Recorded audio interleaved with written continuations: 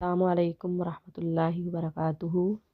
आज मैं आपको बताऊंगी या रहमानु पढ़ने की फ़जीलत।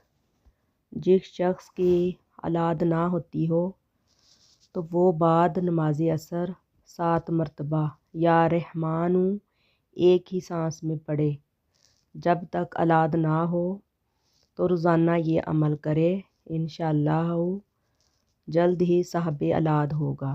जो शख्स बंदिश का शिकार हो या जादू से मुतासर हो वो भी बाद नमाज असर 7 दफ़ा या रहमानु एक ही सांस में पढ़े।